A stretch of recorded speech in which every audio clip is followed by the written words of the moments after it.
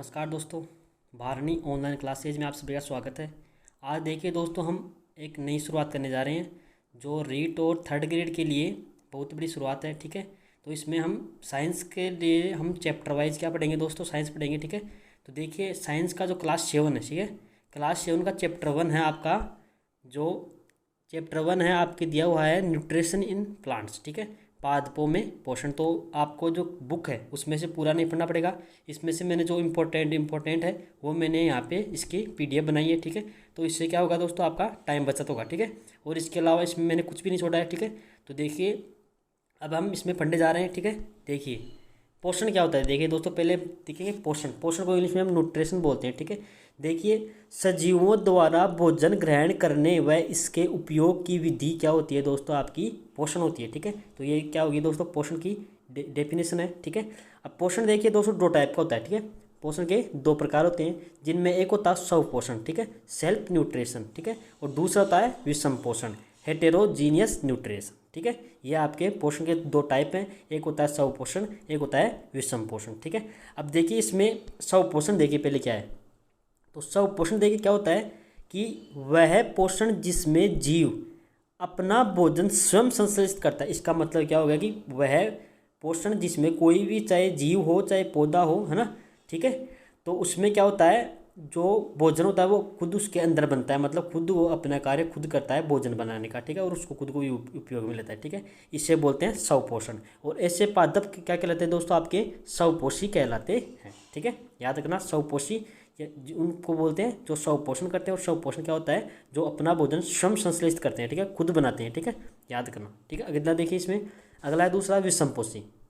विषमपोषी देखिए दोस्तों, ऐसे जीव जो अन्य जीव या पादप द्वारा संश्लेषित भोजन को ग्रहण करते हैं। मतलब इसके अंदर क्या होता है, जो दूसरे जीव या पादप क्या करते हैं, भोजन बनाते हैं और दूसरे के द्वारा, किसी अन्य के द्वारा इसको ग्रहण किया जाता है। ठीक है, जैसे हम क्या करते हैं, इसमें जो भोजन बनाया जाता है, ठीक है, जो पादप अपने लिए भोजन बनाते हैं, ठीक है, उसको हम ग्रहण करते हैं। ठीक है, तो इसका मतलब हम कौन से जीव हो गए, हम दोस्तों आपके विषमपोषी जीव हो गए। ठीक है, और जीव जंतु, ठीक है, जैसे कोई भी जीव जंतु है वो पादपों खाते हैं। ठीक है, तो वो क्या हो गए, विषमपोषी हो गए। ठीक है, क्योंकि वो अपने आप खुद उनको भोजन को नहीं बनाते हैं। ठीक है, दूसरों के बनाए हुए भोजन को ग्रहण करते हैं। अब इसमें देखिए आगे क्या है, देखिए दोस्तों अगला जो टॉपिक आता है इसमें वो आता है दोस्तों प्रकाश संश्लेषण। ठीक है, फोटोसिंथेसिस। ठीक है, इसको इंग्लिश में बोलते हैं फोटोसिंथेसिस। ठीक है, तो इसमें देखिए क्या होता है प्रकाश संश्लेषण, वैसे क्या होता है डेफिनेशन देखिए, प्रकाश की उपस्थिति। इसका मतलब दोस्तों प्रकाश जो होता है वो अनिवार्य है, कि प्रकाश तो होना ही चाहिए, उसी के वजह से पौधे क्या करेंगे, भोजन का संश्लेषण मतलब भोजन को बनाएंगे। इसका मतलब प्रकाश संश्लेषण में प्रकाश की इंपॉर्टेंस सबसे ज़्यादा है। ठीक है, अब देखिए इसमें और क्या इंपॉर्टेंट चीज़, जो पादप की खाद्य फैक्ट्री होती है, ठीक है, मतलब जहाँ पे भोजन बनता है, वो दोस्तों पत्तियाँ होती हैं। इंपॉर्टेंट है आपके लिए कि आपसे कन्फ्यूजन होता है इसमें कि हम क्या सोचते हैं कि भोजन जड़ों में बनता है। ठीक है, तो इसको कन्फ्यूजन को दूर कीजिए। ठीक है, इसमें क्या होता है, पादप की जो भोजन की जो फैक्ट्री है, ठीक है, जहाँ पे भोजन बनता है, वो दोस्तों आपकी पत्तियाँ होती हैं, लीव्स होती हैं। ठीक है, याद रखना, इंपॉर्टेंट है। अब देखिए इसके अंदर आगे, प्रकाश संश्लेषण के लिए आवश्यक तत्व कि कौन कौन सी चीज़ें हैं जिनसे पौधा प्रकाश संश्लेषण करता है, उसके लिए आवश्यक है। ठीक है, देखिए एक होना चाहिए सूर्य का प्रकाश, उसके लिए उपस्थिति होनी चाहिए। क्लोरोफिल, जो पौधे का जो पत्तियों का हरा रंग होता है, ठीक है, वो क्लोरोफिल के कारण होता है। ठीक है, और कार्बन डाइऑक्साइड और जल। ठीक है, ये सब जो 1 2 3 4 और ये चारों चीज़ होंगी, तभी क्या करेगा दोस्तों, पौधा प्रकाश संश्लेषण करेगा। इसमें से अगर एक भी चीज़ नहीं मिलेगी, ठीक है, तो वह अपना भोजन नहीं बना पाएगा। ठीक है, देखिए, ठीक है दोस्तों, आगे देखिए इसमें पत्तियों के जो छोटे छोटे छिद्र होते हैं, छिद्र, ठीक है, उनको बोलते हैं रंध्र, स्टोमाटा इसको इंग्लिश में बोला जाता है। ठीक है, याद रखना, स्टोमाटा रंध्र, पत्तियों में जो छोटे छोटे छिद्र होते हैं, ठीक है, जिनसे वो प्रकाश संश्लेषण की क्रिया करता है, ठीक है, उसको बोलते हैं स्टोमाटा। अब देखिए दोस्तों इसके अंदर क्या है, अब देखिए मैंने इसका एक डायग्राम दिखाया आपको, जिसमें देखिए एक पौधा दिखाया गया है जिसमें प्रकाश संश्लेषण की प्रक्रिया चल रही है। ठीक है, यहाँ पे से सूर्य का प्रकाश मिल रहा है, ठीक है, एनवायरनमेंट से आपको कार्बन डाइऑक्साइड मिल रही है, ठीक है, और नीचे से जो जल है, जल और खनिज लवण इसके नीचे से जा रहे हैं, और पत्तियों में दोस्तों क्लोरोफिल होता है। तो इसको मतलब चारों चीज़ें इसमें उपस्थित है। इसका मतलब ये क्या करे दोस्तों, अपना भोजन बना रहा है। ठीक है, और इससे हमें क्या मिल रहा है दोस्तों, देखिए ऑक्सीजन इससे हमें बाहर जाती हुई दिखाई दे रही है यहाँ पे देखिए। तो इसका मतलब हमें ऑक्सीजन इससे प्राप्त होती है। ठीक है, इसका मतलब क्लोरोफिल इसमें एक हरा वर्णक होता है। ठीक है, पत्तियों का जो हरा वर्णक होता है दोस्तों, उसे कहते हैं क्लोरोफिल। ठीक है, जो कई पेड़ पौधे ऐसे ऐसे भी होते हैं जिनकी पत्तियां हरी नहीं होती, तो आप कहेंगे कि उसमें क्लोरोफिल होता है या नहीं होता, तो उसमें भी दोस्तों क्लोरोफिल होता है, केवल उसके ऊपर क्या होता है दोस्तों, परत छड़ी होती है, ठीक है, दूसरे कलर की। उसके अंदर जो होता है दोस्तों वो हरे कलर का ही होता है, ठीक है। और मान लीजिए जैसे आपके मरुस्थल में जैसे पौधे होते हैं, जैसे वो डंडा थोड़ होती है, ठीक है, तो उनमें क्या होती है दोस्तों, उनके जो पत्तियां नहीं होती, ठीक है, उसमें केवल तना होता है, तो उनका तना ही क्या होता है दोस्तों, क्या होता है, वो हरा रंग का होता है। इसका मतलब वो तने के द्वारा भोजन बनाएंगे, ठीक है। तो आपको इससे पूछा जाए कि जो रेगिस्तानी की जो पौधे होते हैं वो किसके द्वारा अपना भोजन ग्रहण करते हैं, तो उसको आप बनाते हैं, तो आपको बताना दोस्तों उसमें तना, क्योंकि उसमें तना जो होता है दोस्तों वो हरा होता है, ठीक है, तो इसका मतलब वो तने से भोजन बनाएंगे, ठीक है, उनमें पत्तियाँ अनुपस्थित होती हैं, ठीक है। आगे देखिए इसमें अब इसकी प्रोसेसिंग दिखाई गई है, ठीक है, कि किस प्रकार से प्रोसेसिंग होती है। देखिए कार्बन डाइऑक्साइड और जल, ठीक है, लेता है पौधा, और सूर्य का प्रकाश, सनलाइट, ठीक है, सनलाइट, और नीचे से क्लोरोफिल जो पत्तियों में उपस्थित है, ठीक है, उसके द्वारा दोस्तों पौधा पौधा क्या करता है, भोजन बनाता है, और इससे कार्बोहाइड्रेट बनता है, और ऑक्सीजन दोस्तों आपकी इसमें मुक्त होती है, एनवायरनमेंट में चली जाती है, जिसको हम उपयोग करते हैं, ठीक है। कार्बोहाइड्रेट जो इसके अंदर भोजन का काम करता है, ठीक है। आगे देखिए जो कार्बोहाइड्रेट होता है वो पत्तियों में मंड मतलब स्टार्च, दो इसका एक प्रकार होता है भोजन का, वो मंड स्टार्च के रूप में संचित होता है, ठीक है। इसका मतलब स्टार्च भी क्या है दोस्तों, एक कार्बोहाइड्रेट का पार्ट है, ठीक है, याद रखना। आगे देखिए दोस्तों इसके अंदर इसमें लिखा हुआ है कि कार्बोहाइड्रेट दोस्तों किससे बना होता है, कार्बन, हाइड्रोजन और ऑक्सीजन, ठीक है। आपके नॉलेज की बात है कि कार्बोहाइड्रेट किससे बना होता है, कार्बन, हाइड्रोजन और ऑक्सीजन से, ठीक है। आगे देखिए इसमें विषमपोषी, अब एक अलग टाइप के पौधे होते हैं विषमपोषी, ठीक है। अब देखिए एक तो स्वपोषी था, एक क्या था, स्वपोषी, एक विषमपोषी, आपके एक अलग टाइप के पौधे आते हैं, ठीक है। इसमें देखिए दोस्तों अब इसमें देखिए कि इसे बोलते हैं हेटेरोफिनिक न्यूट्रिशन, ठीक है। मनुष्य एवं अन्य प्राणियों की तरह, जैसे मनुष्य होता है और अन्य प्राणी मतलब जंतु, उनकी तरह पादप पौधे अपने भोजन के लिए अन्य पादपों पर निर्भर करते हैं। मतलब वो क्या, इस पौधे भी ऐसे होते हैं जो क्या करते हैं, खुद अपना भोजन नहीं बनाते, दूसरों के बनाए हुए भोजन क्या करते हैं, संश्लेषित खाते हैं, उसको उपयोग में लेते हैं, ठीक है। जैसे उनमें एक होता है दोस्तों आपका परपोषी है अमरवेल,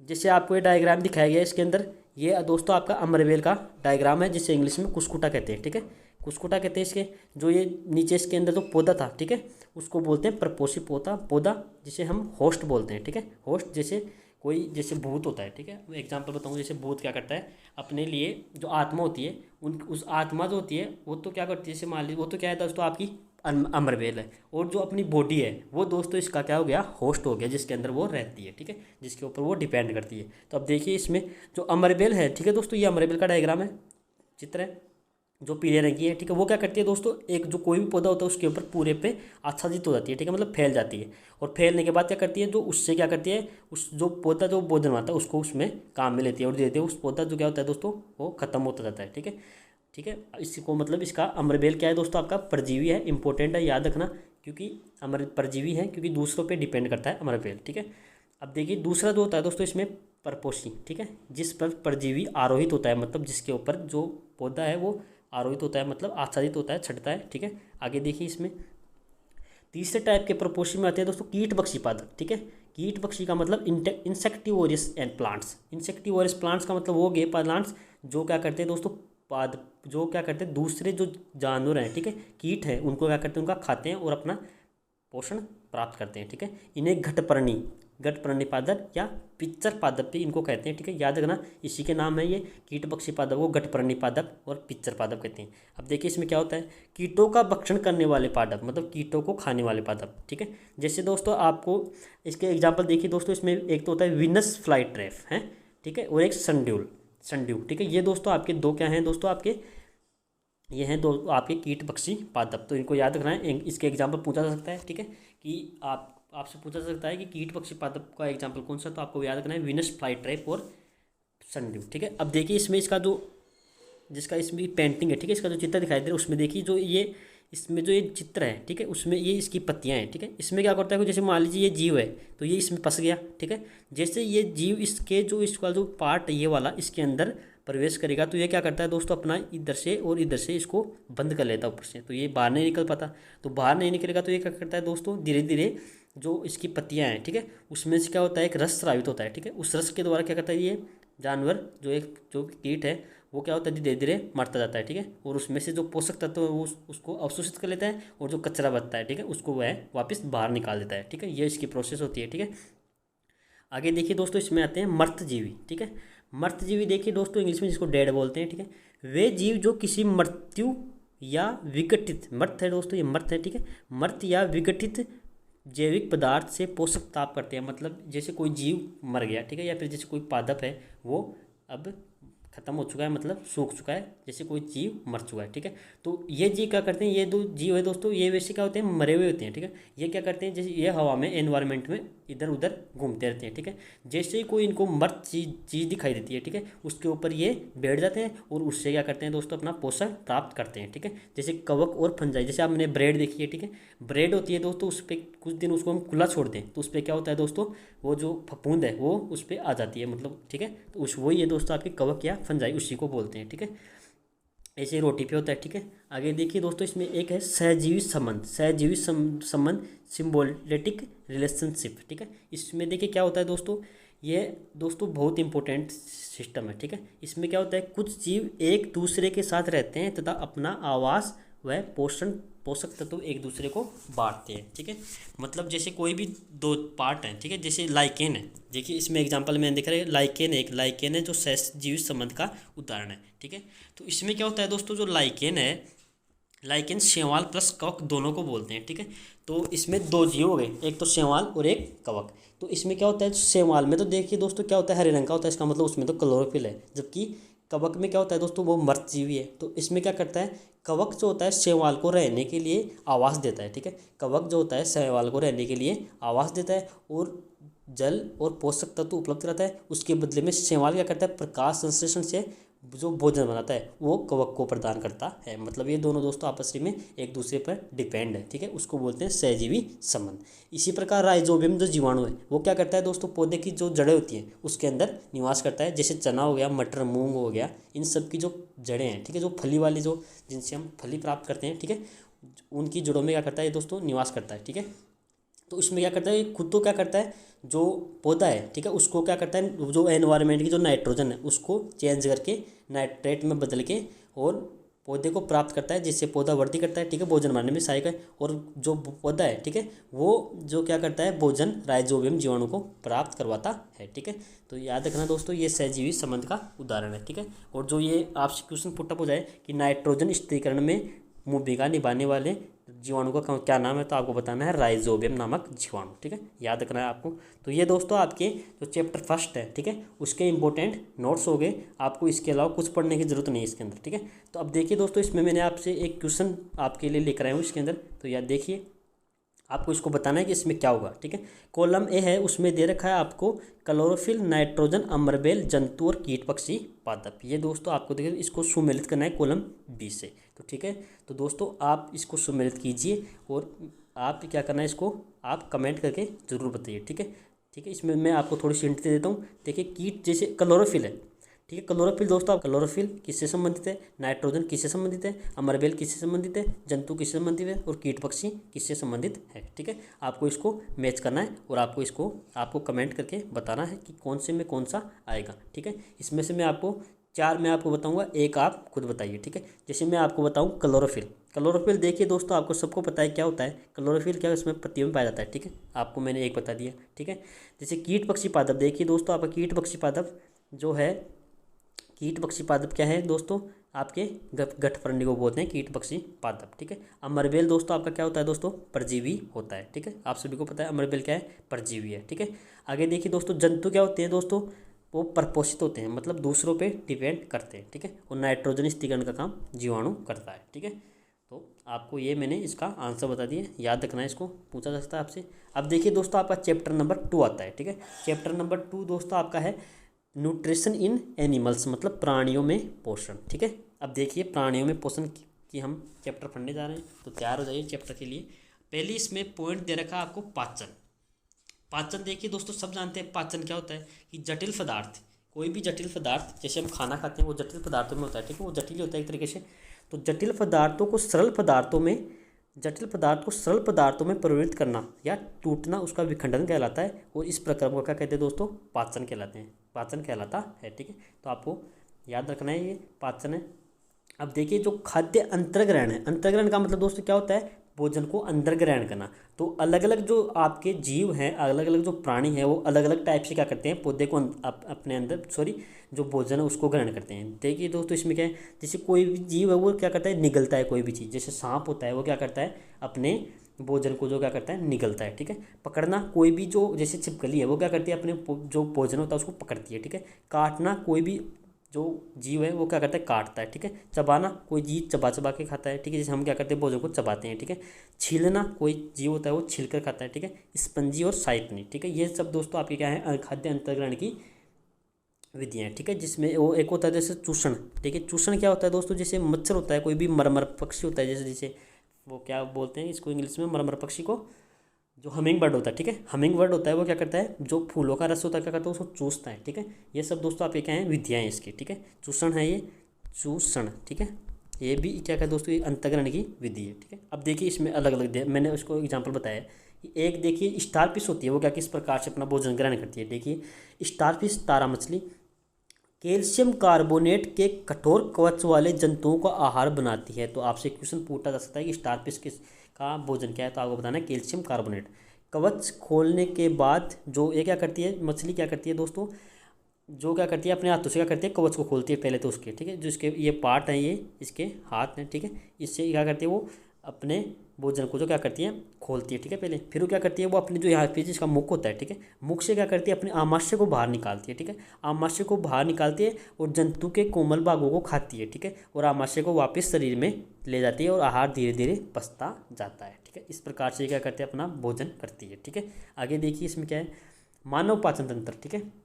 अब देखिए ये तो ये आपको मैंने जंतुओं में बता दिया कि जंतुओं में किस प्रकार से पाचन होता है, ठीक है। अलग अलग विधियों द्वारा क्या करते हैं, वो पाचन करते हैं, ठीक है। जिसमें मैंने छीलना, चबाना, काटना, पकड़ना, निगलना, ठीक है, चूषण, साइफनी, स्पंजी, ठीक है, ये सब क्या है, जंतुओं की है।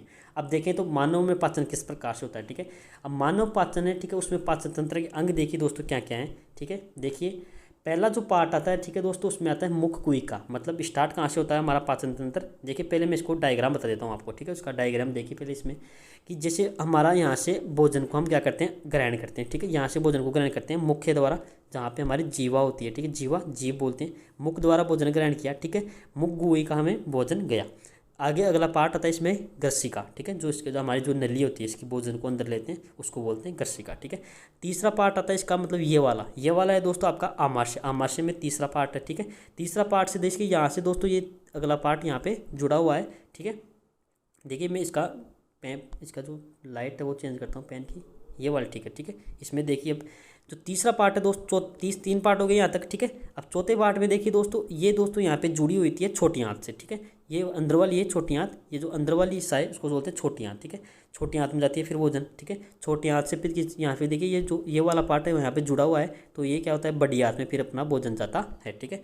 बड़ी आंत से जाते हुए फिर लास्ट में गुदा द्वारा से बाहर निष्कासित कर दिया जाता है, ठीक है दोस्तों। तो ये आपका इसका डायग्राम हो गया मानव पाचन तंत्र का, ठीक है। ये जो इधर वाले हैं जो ये डायफ्राम कहलाते हैं, ठीक है। डायफ्राम जो फेफड़ों के ऊपर वाला हिस्सा होता है, ठीक है। ये दोस्तों आपके पित्ताशय है, ठीक है, जिसमें पितरस का श्रावण जो भंडारण होता है, ठीक है। और श्रावण दोस्तों, पितरस का श्रावण यकृत ग्रंथि करती है, ठीक है। और ये दोस्तों आपका यकृत है यहाँ पे। अग्नाशय देखिए, ये जो लीवर सॉरी ये जो आपके आमाशय है उसके जस्ट नीचे वाला हिस्सा दोस्तों क्या होता है, अग्नाशय होता है, ठीक है। और ये जो आपकी इसको जो छोटे हाथ उसको बोलते हैं क्षुद्रांत्र, और बड़ी हाथ को दोस्तों बोलते हैं बृहदांत्र, ठीक है। और ये वाला नीचे वाला हिस्सा दोस्तों गुदाव्यवहार है, ठीक है। अब ये दो देखिए परिशेषित है, ठीक है दोस्तों। ये जो हिस्सा है ये दोस्तों आपकी जो अपेंडिक्स होती है उसको बोलते हैं परिशेषिका, ठीक है। अपेंडिक्स ये वाली हिस्सा जिसको हम अपेंडिक्स बोलते हैं वही है आपकी परिशेषिका, ठीक है। ये दो दोस्तों इसके पार्ट की बात कर रहा हूँ मैं। तो इसमें देखिए पहला जो है इसका दोस्तों पार्ट है वो है मुख कुइका, जिसे बोलते हैं ओरल केविटी, ठीक है। दूसरी है ग्रास नलिका ग्रसिका, जिसको बोलते हैं एस्गोफोगस, ठीक है। तीसरा है दोस्तों आपका आमाशय स्टोमक, क्षुद्रांतर छोटी आंत स्मॉल इंटेस्टाइन, बृहदांत्र बड़ी आंत लार्ज इंटेस्टाइन, और मलद्वार गुदा एनस, ठीक है। ये दोस्तों इसके 6 पार्ट हो गए। आपको याद रखना है, आपको पूछा जा सकता है कि निम्न में से आपको इसमें 3 दे दे और एक अलग दे दे, ठीक है। तो आपसे पूछा जा सकता है कि निम्न में से पाचन तंत्र का पार्ट कौन सा नहीं है, तो आपको इसको याद रखना है, ठीक है। और इससे संबंधित 3 ग्रंथियाँ हैं दोस्तों, एक तो लाला ग्रंथि, एक यकृत ग्रंथि और अग्नाशय, ठीक है। ये 3 ग्रंथियाँ भी आपको याद रखनी है, मानव पाचन तंत्र से संबंधित है, ठीक है। अब हम इसके एक एक के बारे में पढ़ेंगे, ठीक है। देखिए मुख में दोस्तों देखिए मुख कुहिका होती है, मुख कुहिका बोलते हैं इसको, मुख बोलते हैं, ठीक है। भोजन को, आहार को शरीर के अंदर क्रिया अंतग्रहण कहलाती है। मैंने आपको पहले बता दिया कि भोजन को जब हम अंदर लेते हैं उसकी क्रिया क्या कहते हैं, मतलब बोलते हैं उसको अंतर्ग्रहण कहते हैं, ठीक है। हम दांतों की सहायता से भोजन को चबाते हैं, ठीक है। ये क्या दोस्तों यांत्रिक विधि है, मतलब एक मशीन की तरह होता है, ठीक है ये काम। तो ये क्या करता है, छोटे छोटे टुकड़ों में पीस डालते हैं, ठीक है। इसको छोटे छोटे टुकड़ों में भोजन को पीस डालते हैं, ठीक है। अब देखिए दांतों के प्रकार में देखिए दोस्तों कौन कौन से दांत होते हैं, ठीक है। देखिए दांतों के प्रकार में देखिए दोस्तों पहला आता है कर्तनक, ठीक है। कर्तनक दांत देखिए दोस्तों, इनको बोलते हैं इंग्लिश में इंसीजर, ठीक है। इंसीजर का मतलब काटने वाले दांत, जिसकी संख्या होती है चार। चार का मतलब नीचे वाले दांत चार, और चार ही दोस्तों आपके ऊपर वाले दांत। तो इसका मतलब हो गया आपके चार और चार कितने दांत, 8 दांत हो गए, ठीक है दोस्तों। आपके कर्तनक इंसीजर के दांत होते हैं चार, चार 8, ठीक है। दूसरा है दोस्तों रदनक। रत्न को बोलते हैं दोस्तों कैनिन, चीरने वाले दांत, जिनकी जो नीचे वाले हिस्से में 2 होते हैं और ऊपर वाले हिस्से में भी 2। इसका मतलब ये हो गए दोस्तों आपके 4 दांत, याद रखना दोस्तों। अगला है दोस्तों अग्र चौर्णक। ये दोस्तों यहाँ पे मिसप्रिंट है, ठीक है, ये उल्टा लिखा हुआ है यहाँ पे, ठीक है। ये ऊपर वाला अग्र चौर्णक है, ठीक है, अग्र चौर्णक है, और नीचे वाला है चौर्णक, ठीक है। ये तो अग्र चौर्णक है और ये है अग्र चौर्णक, ठीक है, प्रीमोलर और मोलर, ठीक है। चौर्णक देखिए दोस्तों, चौर्णक सॉरी अग्र चौर्णक है ये, ठीक है। अग्र चौर्णक को कहते हैं हम, ये है अग्र चौर्णक, ठीक है। अग्र चौर्णक प्रीमोलर, ठीक है, इनको बोलते हैं प्रीमोलर। इनकी संख्या होती है 4। इनको चबाने वाले दांत बोलते हैं, 4 नीचे वाले 4 ऊपर वाले, इसका मतलब ये भी हो गए दोस्तों आपके 8 दांत, ठीक है। अगले है दोस्तों चौर्णक, ठीक है, ये है चौर्णक। देखिए चौर्णक देखिए दोस्तों, इनको बोलते हैं मोलर, ठीक है।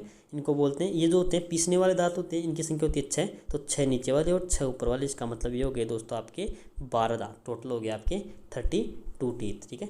इसका मतलब आपके 32 दांत होते हैं, सभी को पता है, ठीक है। आगे देखिए इसमें, ये दोस्तों आपका इसका डायग्राम दे रखा है, ठीक है। इसमें देखिए आपको मैं बता दूँ, देखिए ये 4 दांत ऊपर वाले, देखिए इसमें ये तो 4 दांत है ये ऊपर वाले, और ये तो 4 दांत है नीचे वाले। ये दो तो आपके इंसीजर है, इंसीजर का मतलब आपके कृतनक, ठीक है, कृतनक है ये कृतनक, ठीक है। इसका मतलब ये 4 4 कितने हो गए दोस्तों आपके 8 हो गए, ठीक है। अब देखिए इसके नीचे तो एक ये दांत और एक ये दांत, ये दोनों दांत, और यहाँ से ये दोनों दांत, ठीक है, ये वाला है, ठीक है।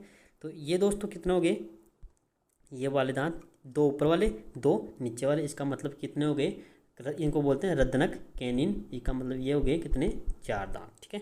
अब इसमें देखिए आगे क्या है, इसमें आगे दे रखा आपको प्रीमोलर, ठीक है। प्रीमोलर में देखिए दोस्तों 2 दांत इधर से, ये जो 2 दांत है, ठीक है, ये वाले, ठीक है, यहाँ से 2 दांत, यहाँ से 2 दांत, और 2 दांत यहाँ से, तो नीचे भी 4 ऊपर भी 4 का मतलब ये भी दोस्तों कितने होते हैं 8। और मोलर वाले जो लास्ट का पार्ट होता है, ठीक है, उसको बोलते हैं मोलर, ठीक है, उसमें बोलते हैं चौर्णक बोलते हैं, जिसको कितने पार्ट, जिसके कितने हो गए 12 है, ठीक है। आगे देखिए दोस्तों, इसमें मैंने लिखा है यहाँ पे कि जैसे आपको दांतों की संख्या पूछी है तो इसका फॉर्मूला देखिए दोस्तों, 4 2 4 6/2, ठीक है। इसको याद करना है 42/46/2। इसका मतलब जैसे मान ले आपको कौन सा पूछे, कि मैंने आपको पूछा जैसे अगर चौर्णक, तो अगर चौर्णक दोस्तों 3 नंबर पे आता है, ठीक है। तो अगर चौर्णक जैसे ये 4 नंबर का होगा, तो 4 नंबर तो ऊपर वाले हो गए, इंटू नीचे 2 रखा है, इसका मतलब 2 से इसको क्या करना है गुणा करना है। इसका मतलब कितने हो गए दोस्तों, ये 8 दांत हो गए। तो इसको याद रखना है, इसका फॉर्मूला 42/46/2, ठीक है, याद रखना आपको इसको। देखिए मैंने यहाँ पे रखा है कि 8 दांत ये, 4 दांत ये, 8 दांत ये और 12 दांत ये, तो टोटल हो गया आपके 32 दांत, ठीक है। आगे देखिए दोस्तों, एक होता है दूध के दांत, ठीक है। दूध के दांत देखिए दोस्तों क्या होता है, शिशु अवस्था में दूध के दांत निकलते हैं, ठीक है। शिशु अवस्था मतलब जब बच्चा शिशु अवस्था में होता है, ठीक है, उसमें बोलते हैं शिशु अवस्था में, जब बच्चा की जो शिशु अवस्था एज होती है उसमें दांत निकलते हैं, और लगभग 8 वर्ष की आयु तक ये दांत सभी गिर जाते हैं, ठीक है। इनको बोलते हैं दूध दांत, और फिर स्थायी दांत आते हैं, ठीक है। दंत से देखिए दंत से दूध के दांत क्या होते हैं, गलते हैं, चिढ़ते हैं, ठीक है, उसको बोलते हैं दंत का जो दांतों का जो नुकसान होता है, ठीक है, उसको बोलते हैं दंत से। देखिए इसमें हमारे मुख में जीवाणु पाए जाते हैं, सभी के मुख में जीवाणु पाए जाते हैं, परमानेंट चीज़ है ये, ठीक है, परंतु उनसे हमें कोई हानि नहीं होती है। फिर भी खाने के बाद यदि हम दांत या मुँह साफ न करें तो मुख में अनेक हानिकारक जीवाणु रहने लग जाते हैं, मतलब वो क्या होता है डेंजर बन जाते हैं फिर, ठीक है। तो उनकी संख्या क्या धीरे धीरे बढ़ने लग जाती है, ठीक है। ये जीवाणु दांतों के बीच फंसे भोजन को शर्करा में विघटित कर देते हैं, ठीक है, और क्या करते हैं अम्ल छोड़ते हैं, ठीक है। तो और यह है अम्ल धीरे धीरे दांतों को क्षति पहुंचाता है, इसे क्या बोलते हैं दंत क्षय कहते हैं। तो आपसे क्वेश्चन पुटअप हो सकता है कि दंत क्षय किसके द्वारा होता है, अम्ल या क्षार, ठीक है। तो आपको बताना है किसके द्वारा होता है दंत क्षय, अम्लों के द्वारा दंत क्षय होता है, ठीक है।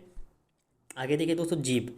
जीभ देखिए दोस्तों, सभी जानते हैं जीभ क्या है। देखिए जीभ एक मांसपेशी अंग है, ठीक है, मांस का बना हुआ, ठीक है, अंग है। जो पीछे वाला हिस्सा होता है वो मुख गुहिका, मतलब जो गले में जुड़ा होता है, ठीक है। और अगले वाला हिस्सा क्या होता है दोस्तों, स्वतंत्र होता है, ठीक है। जीभ में क्या होती है दोस्तों, स्वाद कणिकाएं होती है, ठीक है। अलग अलग टाइप, अलग अलग पार्ट में अलग अलग कणिकाएं होती हैं, जिनकी सहायता से हमें अलग सभी स्वाद का पता चलता है, ठीक है।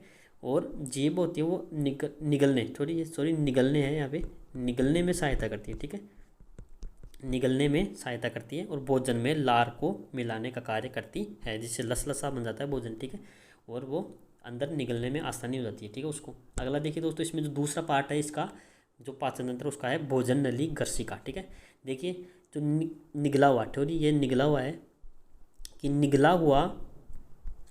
निगला हुआ भोजन ग्रास नली में जाता है और गर्शिका की भित्ति के संकुचन से भोजन नीचे की ओर सरकता है और आमाशय तक पहुंचता है, ठीक है। देखिए दोस्तों, मैं इसको इस डायग्राम से बताता हूँ आपको इसमें कैसे होता है। देखिए जैसे मान लो यहाँ पे भोजन हमने लिया, ठीक है, इधर से ग्रहण किया तो यहाँ पे भोजन आ गया, तो इसमें क्या होगा, तो ऊपर वाला जो हिस्सा है, ठीक है, ऊपर वाले हिस्से से क्या होगा दोस्तों, संकुचन होगा, ठीक है। तो भोजन क्या होगा, धीरे धीरे नीचे सरकेगा, ऊपर वाला हिस्सा संकुचित होगा, भोजन नीचे सरकता जाएगा, ठीक है। ऐसे करते करते भोजन आमाशय में पहुंचता जाता है, ठीक है दोस्तों। आगे देखिए, इसमें तीसरा पार्ट आता है इसका आमाशय, ठीक है। आमाशय देखिए, आमाशय में मोटी भित्ति की एक थैलीनुमा संरचना होती है। आमाशय क्या होता है, एक मोटी थैलीनुमा संरचना होता है, जिस क्या करती होती है जे, ठीक है, जे के समान इस क्या करती होती है, ठीक है। तथा यह है एक गर्शिका, एक ओर से तो गर्शिका से जुड़ा होता है, मतलब ऊपर वाली जो नली से, और दूसरा जो हिस्सा होता है उसका क्षुद्रांतर मतलब छोटी आंत से जुड़ा हुआ होता है, ठीक है। जैसे मैं आपको दिखाऊं, इसमें देखिए, ये देखिए, यहाँ पे देखिए, एक जो हिस्सा है ऊपर वाला जो हिस्सा, इसमें देखिए ऊपर वाला जो हिस्सा है तो वो तो गर्शिका से जुड़ा हुआ आपको सभी पता है, और जो नीचे वाला हिस्सा है वो किससे दोस्तों, छोटी आंत से जुड़ा हुआ होता है, ठीक है। याद रखना आपको ये। आगे देखिए दोस्तों, इसके अंदर आगे देखिए, अब आगे देखते हैं इसमें। आमाशय चल रहा है हमारा। आमाशय की आंतरिक सतह से तो तीन टाइप के क्या होते हैं दोस्तों, रसों का स्रावित होता है, ठीक है। एक होता है श्लेष्मल, ठीक है। श्लेष्मल रस होता है वो क्या करता है दोस्तों, आमाशय की जो आंतरिक सतह है उसको सुरक्षा प्रदान करता है, मतलब जैसे अम्ल का स्रावित होगा, ठीक है। तो अम्ल क्या करता है दोस्तों, वैसे हमारे क्या करते हैं बॉडी को हानि पहुंचाता है, तो उससे क्या करता है, जो एक इसकी क्या होती है दोस्तों, श्लेष्मा की अंदर की तरफ क्या हो जाती है, एक लेयर बन जाती है, ठीक है, परत बन जाती है, जिससे क्या होता है, जो अम्ल होता है, ठीक है, उसका जो शरीर का पार्ट है उसको क्षति न पहुंचाए आमाशय को, ठीक है। दूसरा इसमें से निकलता है दोस्तों हाइड्रोक्लोरिक अम्ल, जो क्या करता है भोजन के साथ जो जीवाणु आ जाते हैं, ठीक है, हमारे साथ जो खाते हैं उसमें जीवाणु आ जाते हैं, उनको नष्ट करने का कार्य करता है और भोजन को अम्लीय माध्यम प्रदान करता है, तो ठीक है, आपको याद रखना है, भोजन को अम्लीय माध्यम प्रदान करने का काम कौन करता है, हाइड्रोक्लोरिक अम्ल HCl, ठीक है। अब देखिए इसमें आगे है पाचक रस, ठीक है। तीसरा आता है पाचक रस, जिसे बोलते हैं जठर रस, ठीक है। प्रोटीन का जो सरल पदार्थों में विघटित करने का काम कौन करता है दोस्तों, पाचक रस करता है इसको सरल पदार्थों में विघटित करने का काम। अब ये देखिए दोस्तों, आपको आमाशय का मैंने यहाँ पे डायग्राम दिखाया है, जिसमें देखिए ऊपर वाला जो हिस्सा है, ठीक है, वो तो होता है गर्शिका से जुड़ा हुआ, और नीचे वाला जो हिस्सा होता है, ठीक है, वो होता है आपका छोटी आंत से जुड़ा हुआ। ये जो इस क्या करती है, देखिए जे के समान इस क्या करती है, ठीक है, याद रखना आपको। अब अगला पार्ट आता है दोस्तों आपका क्षुद्रांतर मतलब छोटी आंत। इसकी लंबाई दोस्तों 7.5 मीटर होती है, आपको याद रखना है। आपसे पूछा जा सकता है कि इसकी छोटी आंत की लंबाई कितनी होती है, तो 7.5 मीटर होती है, ठीक है। और यह यकृत और अग्नाशय के से स्राव प्राप्त करती है, मतलब जो यकृत है हमारा, जो यकृत है और अग्नाशय है, उसमें से क्या होता है दोस्तों, इसमें से उस यकृत और अग्नाशय में से रस का स्रावण होता है और छोटे आंत में जाता है, ठीक है। अब देखिए यकृत को बोलते हैं इंग्लिश में लीवर। देखिए इसमें यह जो होता है दोस्तों लाल भूरे रंग का होता है, ठीक है, याद रखना लाल भूरे रंग का होता है, पेट के ऊपरी हिस्से के दाहिने हिस्से में स्थित होता है और शरीर की सबसे एक बड़ी ग्रंथि है। आपको इंपॉर्टेंट आपसे पूछा जा सकता है, जो आपकी रीट 2021 थी उसमें क्वेश्चन आया था कि शरीर की सबसे बड़ी ग्रंथि कौन सी है, तो आपको बताना है यकृत, ठीक है। आगे देखिए दोस्तों, इसमें पित्रस, तो पित्रस उसको स्रावित करता है वो दोस्तों यकृत करता है, ठीक है, याद रखना है, पित्रस का श्रावण कौन करता है, यकृत। और पित्रस का जो संग्रहण है जिसमें पित्रस रहता है उसको बोलते हैं पित्ताशय, ठीक है। तो पित्ताशय दोस्तों आपके यकृत में, सॉरी छोटी आंत में रस का स्रावित नहीं करता, पित्रस जो यकृत होता है वो करता है, ठीक है दोस्तों, याद रखना, इसमें कन्फ्यूजन है, ठीक है, याद रखना। पित्रस वसा के पाचन में महत्वपूर्ण भूमिका निभाता है, ठीक है, याद रखना आपको, पित्रस जो होता है वसा के पाचन में भूमिका निभाता है, ठीक है। याद रखना, आपसे पूछा जा सकता है कि वसा का पाचन किसके द्वारा होता है, तो आपको बताना है पित्रस के द्वारा, ठीक है।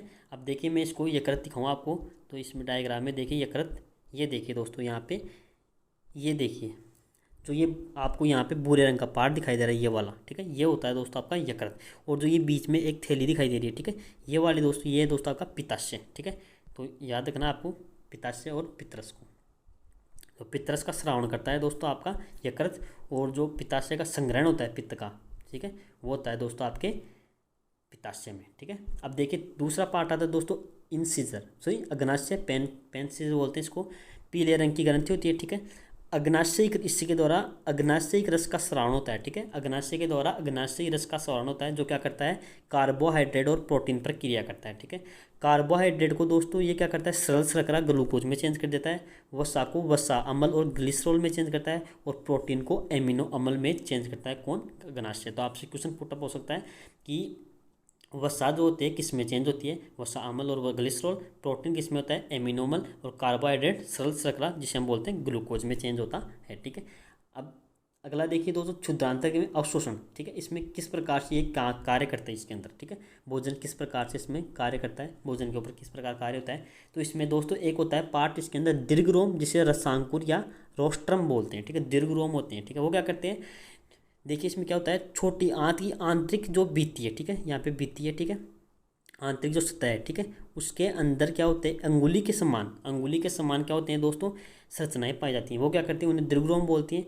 दीर्घरोम क्या करता है, पचे हुए भोजन को अवशोषण का क्षेत्र बढ़ाते हैं। जैसे मान लीजिए हम खाना खाते हैं, ठीक है, तो हमारा खाना खाते हैं उस वक्त क्या होता है, लास्ट के टाइम पे क्या होता है, जब खाना पचता है तो हमारे भोजन में जो पेट क्या होता है, साइज थोड़ी बढ़ जाती है, ठीक है। तो वो इसी की वजह से बढ़ती है, ठीक है, दीर्घरोम की वजह से।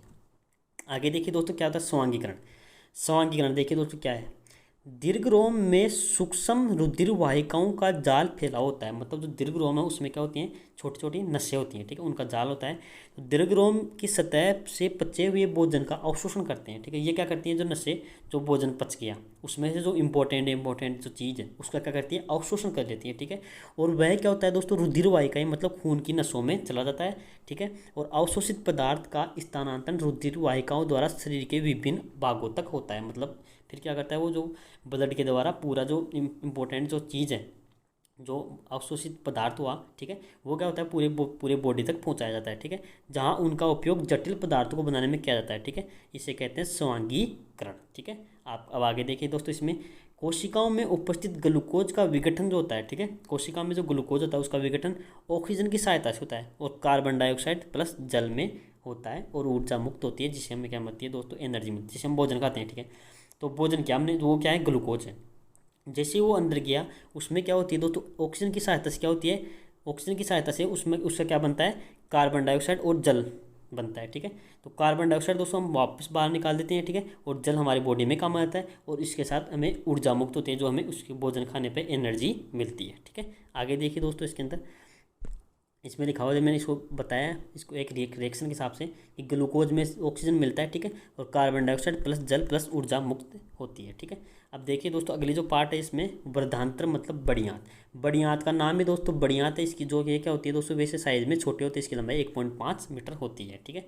इसका मुख्य कार्य देखिए दोस्तों क्या होता है, जल व लवण का अवशोषण। तो आपको पूछा जा सकता है कि आपसे क्वेश्चन पुटअप हो सकता है, यहाँ से इंपॉर्टेंट है कि जल व लवण का अवशोषण में कौन सा भाग काम में आता है, तो आपको बताना है वर्धांतर या बड़ी आंत, ठीक है, लार्ज इंटेस्टाइन, ठीक है।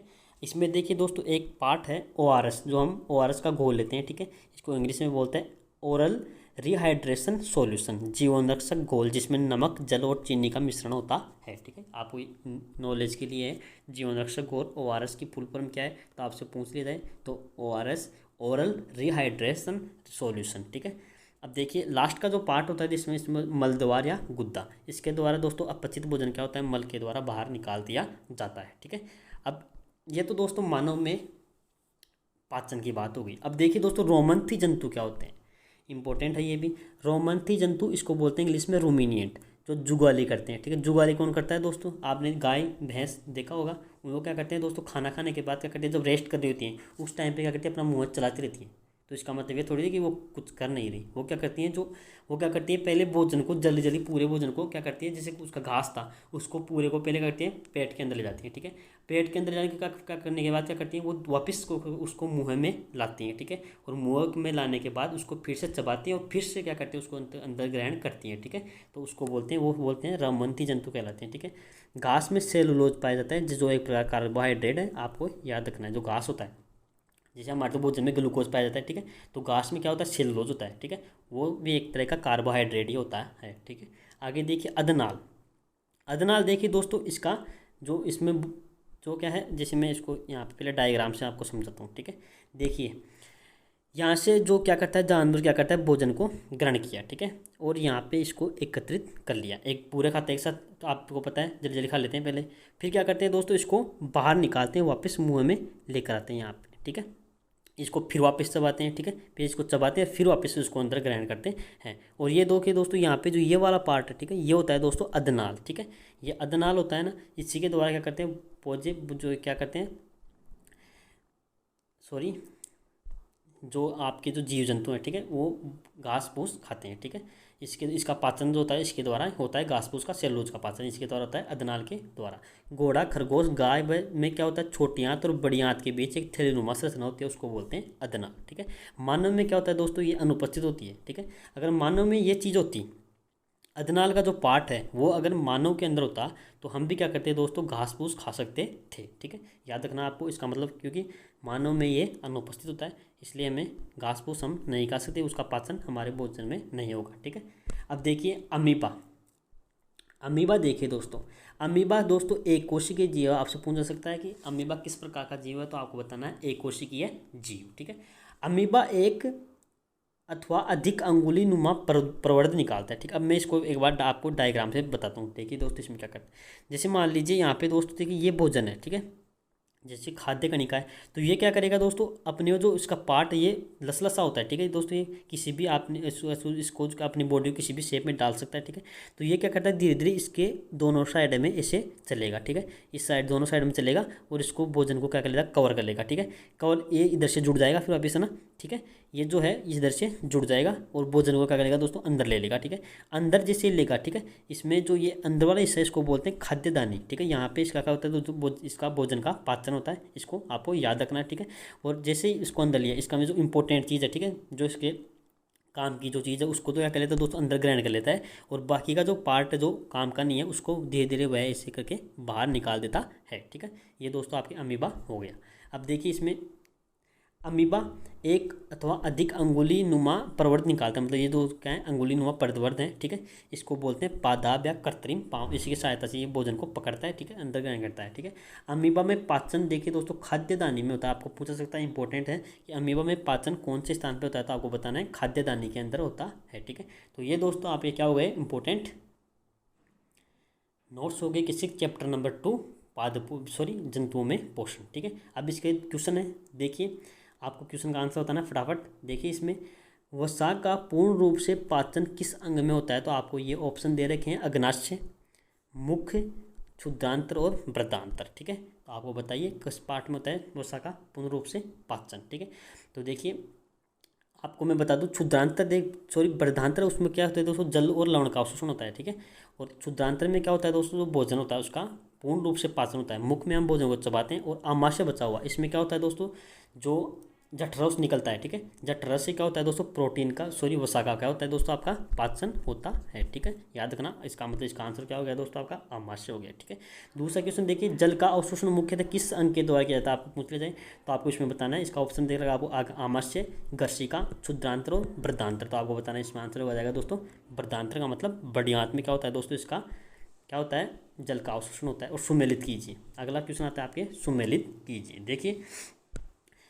देखिए इस साइड में देखिए दोस्तों, आपको खाद्य के घटक दे रखे हैं, एक तो कार्बोहाइड्रेट, प्रोटीन और वसा, ठीक है।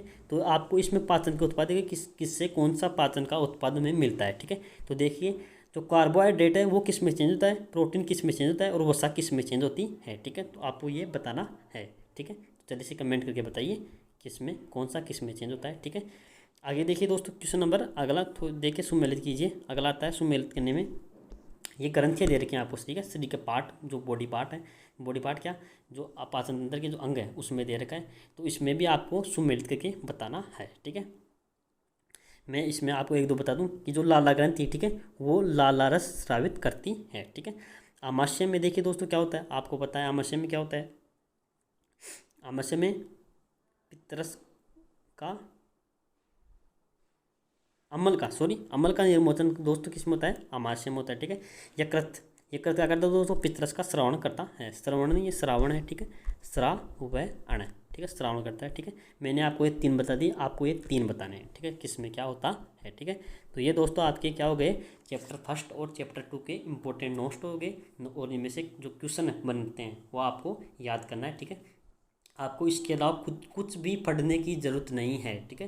जो क्लास 7 की जो फर्स्ट और सेकंड जो चैप्टर है उसमें से आपको कुछ भी पढ़ने का जरूरत नहीं है। उसमें जो इंपॉर्टेंट चीज़ है वो मैंने आपको इसमें डाल दी है। तो और दोस्तों इसकी जो PDF है वो आपको टेलीग्राम चैनल पे मिल जाएगी, जिसकी जो लिंक है वो आपकी डिस्क्रिप्शन बॉक्स में है, ठीक है। जो थोड़ी बहुत मिसप्रिंट आई हुई है वो आपके उस PDF में सही कर दी जाएगी, ठीक है। जय हिंद, जय भारत।